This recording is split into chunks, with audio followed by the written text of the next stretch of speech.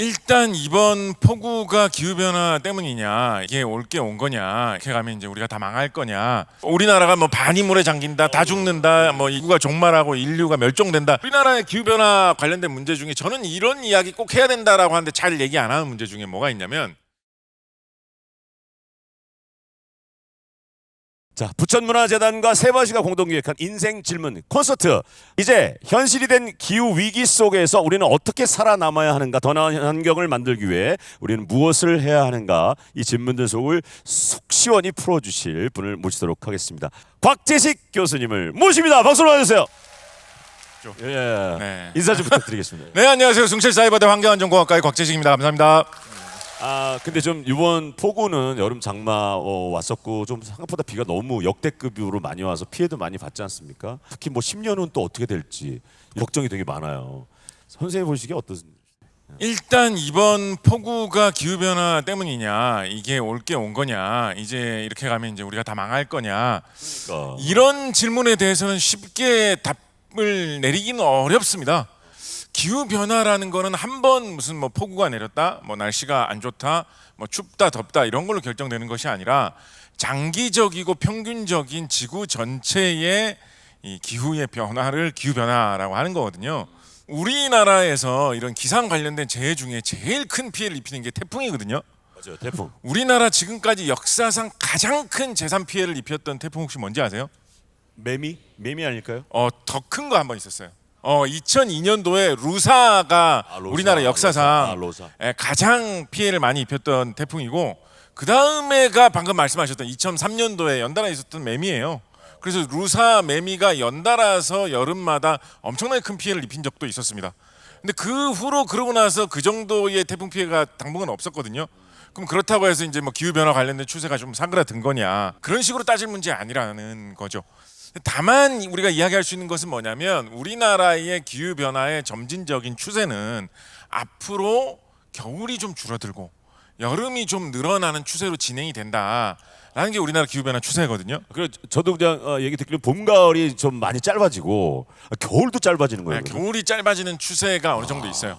실제로 기상 기록이 조사된 걸 보면 100년 전에 한 10년 평균하고 지금의 10년 평균하고 비교를 해보면 여름철이라고 우리가 정의되는 그 기간이 늘어난 게 한 20일 가까이 됩니다. 그러니까 한 100세 정도 되는 할아버지나 할머니가 계시면 네.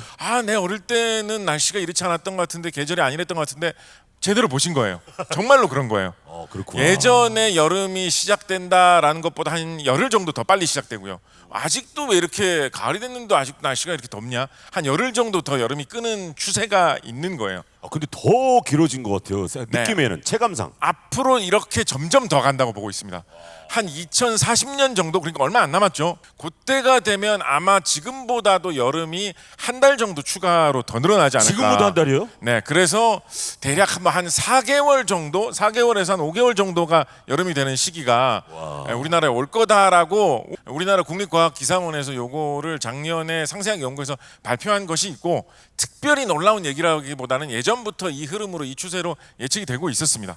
앞으로 이런 여름철에 일어날 수 있는 여러 가지 문제들 더 많이 일어날 수 있다라는 그 추세 정도는 우리가 예상을 할 수가 있고, 그러면 비도 더 많이 올 수도 있겠네요. 많이 올 수도 있고, 의외로 학자들에 따라서는 봄 가뭄은 더 심해질 거라고 보기도 해요.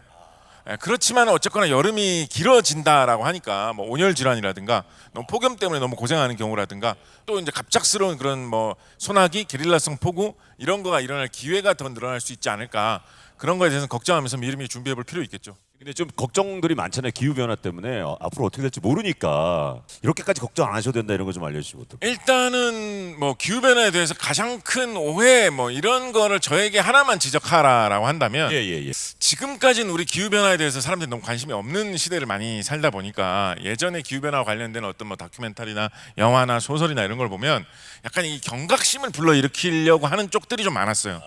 그래서 기후 변화가 일어나면 뭐 북극과 남극이 녹고 바닷물도 불어 올라가지고 우리나라가 뭐 반이 물에 잠긴다, 다 죽는다, 뭐 이 지구가 종말하고 인류가 멸종된다, 이런 이야기 되게 많이 했었거든요. 근데 저는 요즘 우리가 접하는 기후 변화의 본질은 그렇게 뭐 지구가 다 종말한다, 인류가 멸종한다, 이거는 아닌 것 같아요. 그게 중요한 그 시대는 좀 벗어난 것 같아요. 그러니까 단적으로 얘기하자면 뭐 이런 거 생각해 볼 수가 있죠. 예를 들면 여름철 날씨가 아까 말씀드렸던 대로 한번 열흘 보름 정도 더 늘어났다. 이 정도만 돼도 사실은 농사에는 굉장히 큰 피해 올 수 있지 않겠습니까? 그렇죠. 그러네. 그러면 세계적으로 농사를 망쳐가지고 국제적으로 식량 사정이 안 좋아질 수 있을 거예요. 아, 이게 큰 문제네요. 예를 그거는. 들어서 뭐 농작물이 뭐 반타작이 났다. 예, 그러면 농작물 가격이 막 올라가면서 밥값이 올라갈 거 아니에요. 그러네. 자, 그런데 세계에는 개발도상국 중에는 그 우리보다 소득이 훨씬 더 낮은 곳도 있을 거거든요. 그런 데서는 분명히 하루 벌어서 하루 먹고 사는 가족도 있었을 거예요. 네, 맞아요. 그런 가족은 밥값이 2배로 뛰었다. 근데 하루 벌어서 하루 먹고 사는데 그러면 반은 굶어야 된다는 거예요. 기후 변화가 이런 식으로 사회의 약자를 공격합니다. 한 나라 안에서도 잘 사는 사람들한테는 그다지 큰 피해 없을 수 있어요. 근데 그 나라에서도 취약계층 약자를 공격합니다. 우리나라의 기후 변화 관련된 문제 중에 저는 이런 이야기 꼭 해야 된다라고 하는데 잘 얘기 안 하는 문제 중에 뭐가 있냐면 쯔쯔가무시증 들어보셨습니까? 쯔쯔가무시. 네, 네. 쯔쯔가무시증. 찌찌감시. 그 뭐 벌초하러 갈 때 가을철 되면 맞아요. 성묘하러거나 벌초하러 갈 때 숲으로 아무데나 앉으면 뭐 물려가지고 그럼 병 걸릴 수 있다라고 하는 뭐 그런 거 잔디나 이런 있잖아요. 데만 앉으면 예, 먹거든. 네. 그 이제 진드기가 사람을 물면 그 진드기에 특정한 쯔쯔가무시증을 일으키는 세균이 있을 경우에 걸리는 거거든요. 걸리면 엄청 고생합니다. 예전에 약 없을 때는 이걸로 사망하는 사람들 꽤 많이 있었습니다. 굉장히 위태로운 병인데 이게 기후 변화와 무슨 상관이냐? 여름이 늘어나면 쯔쯔가무시증을 일으키는 진드기가 살 날도 더 길어지는 거예요. 새끼를 치면서 더 많이 불어날 수가 있는 거예요. 우리나라의 쯔쯔가무시증 1년에 몇 명 정도 걸릴 것 같아요? 글쎄요. 뭐 한 500명? 500명. 작년 21년 통계로 우리나라의 쯔쯔가무시증 환자가 5,000명 넘습니다. 굉장히 많이 여름 발생해요. 한 시절에 보통 가을에 특히 많이 발생해요. 가을에? 여름에도 발생하고요. 되게 많이 발생하거든요. 앞으로 더 늘어날 거라고 보고 있어요. 그런데 이런 얘기 기후 변화 얘기하면서 왜 잘 안 합니까? 왜 이런 이야기 여러분 기후 변화 다큐멘터리 하면 제일 많이 나오는 동물 뭐예요? 북극곰 많이 나와요. 북극곰. 그렇지. 네, 북극곰 엄청 많이 나와요. 예. 그런 건 되게 많이 나오면서 왜 쯔쯔가무시증을 일으키는 진드기 또 가시적인 피해를 이미 주고 있는데 그 얘기는 진짜 어디서 못 들어본 거 같아요. 왜 잘 안 나올까요? 어. 쯔쯔가무시증이 우리나라에만 있어요. 네? 예, 정확하게 말씀드리면 우리나라하고 중국, 일본, 베트남 우리나라 근처에만 있어요. 미국이나 유럽에는 쯔쯔가무시증 이런 게 없어요. 왜요? 기후가 그런 거예요? 예, 그러니까 그 사는 지역 그 진드기가 털 진드기 이런 애들이 옮기는데 요거 우리나라 근처에만 살고 있어요. 그러다 보니까 외국에는 이런 거 잘 안 다뤄요. 근데 북극곰 왜 많이 다뤄요? 알래스카, 캐나다 이런 데 북극곰 살고 있으니까. 근데 그거를 다루는 거를 보면서 지금까지 약간 감상적으로 그런 기후 변화를 그래 북극곰 불쌍하다 약간 이런 쪽으로 접한 느낌이 있거든요. 그런데 기후 변화 문제가 심각을 해지면 도시에 사는 사람들 뭐 잘 사는 부유한 사람들 쯔쯔가무시증은 무슨 상관입니까? 쯔쯔가무시 진드기 만날 기회가 언제 있어요? 그런데 농촌에서 항상 산에 올라다니면서 산 밑에서 밭에서 일해야 되시는 분들에게는 이게 현실적인 문제네. 생명의 위협의 피해로 다가오는 거예요. 그래서 그런 식으로 항상 사회의 약한 고리를 파고드는 게 기후변화다. 요걸 좀 아시면 좋을 것 같아요. 그래서 기후변화 때문에 뭐 우리가 다 죽는다, 뭐 인류가 다 멸망한다. 요거는 물론 뭐 멸망할지도 모르죠. 예, 뭐 그럴지 모르니까. 예, 그렇게 뭐 그게 뭐 틀린 말이다라고까지는 할 수는 없지만 그거에 집중하던 건 우리가 기후변화 문제 되게 관심 없던 예전에 그런 얘기를 좀 하던 거예요. 요즘에는 이제 피부로 느끼는 실제로 사회의 기후변화에 취약한 그 계층을 돌볼 때다. 그게 기후변화 문제의 진짜 시급한 부분이다라고 이해하시면 더 좋을 것 같습니다. 근데 그렇다면 우리가 살고 있는 이 나라의 정부는 과연 기후 변화의 대책을 어떻게 하고 있는지 궁금해요. 지금 잘하고 있는 건지 교수님이 보시기에. 제가 보기에는 우리나라에서 잘하고 있는 점도 꽤 많이 있는 것 같아요. 우리나라에서 적극적으로 나서고 있는 부분도 분명히 있어요. 근데 약간 조금 부족한 부분은 어떻게 보면 이게 좀 부족할 수밖에 없어서 부족한 건데 지금까지 기후변화 관련된 어떤 대책 정부에서 하는 일 하면 보통 뭔가 정부에서 시키는 거였어요. 예를 들어서 이산화탄소가 기후변화의 원인이라고 하니까 그렇죠. 이산화탄소를 많이 배출하는 기업들에게 너네들 이산화탄소 배출하지 마라. 배출 많이 하면 세금 물리겠다. 그다음에 국민들한테도 뭐 일회용품 같은 거 많이 쓰면 아무래도 이산화탄소 배출이 늘어날 것 같으니까 뭐 일회용품 이제부터 금지다. 이렇게 국민들에게 시키는 쪽은 좀 어떻게 보면 활발하게 잘 된 것 같아요. 그러니까 우리도 이제 뭐 준비할 때 플라스틱 사용을 줄이고 텀블러 갖고 다니고 네. 우리가 주로 하는 것들이 이제 그런 거잖아요. 실생활에서 할 수 있는 것들. 그런데 그에 비해서 정부에서 책임지고 국민들에게 뭘 해주겠다라는 쪽에 대해서는 아무래도 좀 소극적이었던 게 현실인 것 같아요. 그렇게 말해놨다가 잘 못 되면 어떡할 거예요? 그럼 너 한다더니 왜 그러냐 이렇게 될 거 아니에요. 그러다 보니 책임을 물을까봐. 그러다 보니까 그런 책임지는 영역에서 좀 안 된 점이 있는 것 같아요. 그런데 책임을 지는 거를 감수를 하고 뭐를 하겠다라고 생각을 하기 시작하면 정부의 태도가 달라지면서 할 일은 정말 많아집니다. 뭐 이런 문제 한번 생각해 보신 적 있나요?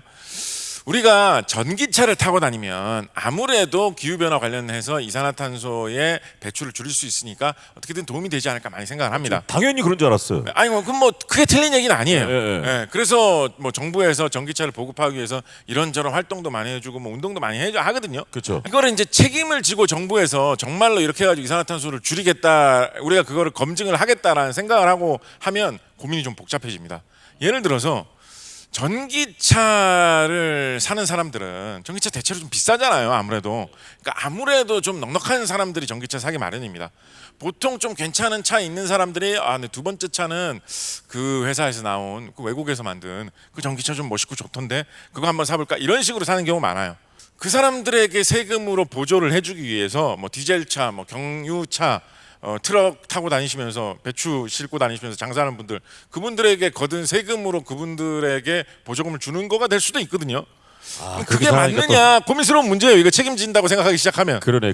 그러면 좋아. 그럼 이산화탄소를 줄이기 위해서 전기차를 보급을 하는 것도 물론 소홀히 할 수는 없지만 그것보다는 차라리 버스나 전철을 훨씬 더 타기 쉽게 더 좋게 해가지고 사람들이 자차 끌고 나올 거 한 번 덜 끌고 나오고 전철이나 버스 한 번 더 타게 하는 게 사회적으로는 훨씬 더 이익이 아닐까 이런 고민하게 되는 거죠. 그러네요. 예, 그렇게 고민하기 시작하면 뭐 또 점점 더 복잡해집니다. 근데 그걸 강요할 수 없고. 강요할 수 없지만 만약에 전철을 굉장히 타기 좋게 만들었다. 그러면 그거는 사회의 어느 계층이 이익을 보게 됩니까? 서민들. 그렇죠. 예, 서민들이 혜택을 보겠죠. 예, 취약 계층이 오히려 더 이익이 될 수가 있는 그런 거예요. 그럼 이거에 투자를 하는 게 맞나? 쉽지 않을 텐데. 그냥 뭐 편하게 전기차 뭐 1년에 몇 대 팔리지도 않는데 그거 하고 좀 생색내는 게 좋지 않을까? 이게 되게 고민스러운 문제죠. 근데 딱 그렇게 정책을 잘 하고 있다는 거 볼 때 티가 나는 거는 새로운 거를 보여주는 거잖아요. 그렇죠. 그러니까 전기차 같은 거, 뭐 수소차, 뭐 이런 거, 뭐라도 하고 있네 이렇게 보이는 거잖아요. 전기차도 마찬가지예요. 책임지는 태도로 가면 할 일이 많아집니다. 예를 들어서 요즘 혹시 전기차 관련해서 관심 많으신가요? 요즘에 막 그런 법령이나 제도 같은 거 도입하려고 하고 있어요. 새로 짓는 아파트에는 뭐 전기차 충전하는 거를 뭐 얼마씩 더 도입을 해라 뭐 이런 거 있거든요. 그러면 관공서나 공공기관에서 짓는 건물 같은 경우에는 아예 100% 전기차도 수용할 수 있도록 설치를 해야 되지 않을까요? 그런데 이런 거는 하기 쉽지 않아요. 그거 어떻게 책임지고 그렇게 하겠다고 함께 10% 쉽게 나설 수 있겠어요. 그래서 정부가 약간 태도를 바꿔가지고 책임지고 정부부터 뭔가 나서서 해서 국민들을 기후변화의 위기로부터 또 보호해주겠다. 이런 태도로 조금 더 공을 들이면 할 일은 굉장히 많을 것 같다라는 생각을 해봅니다.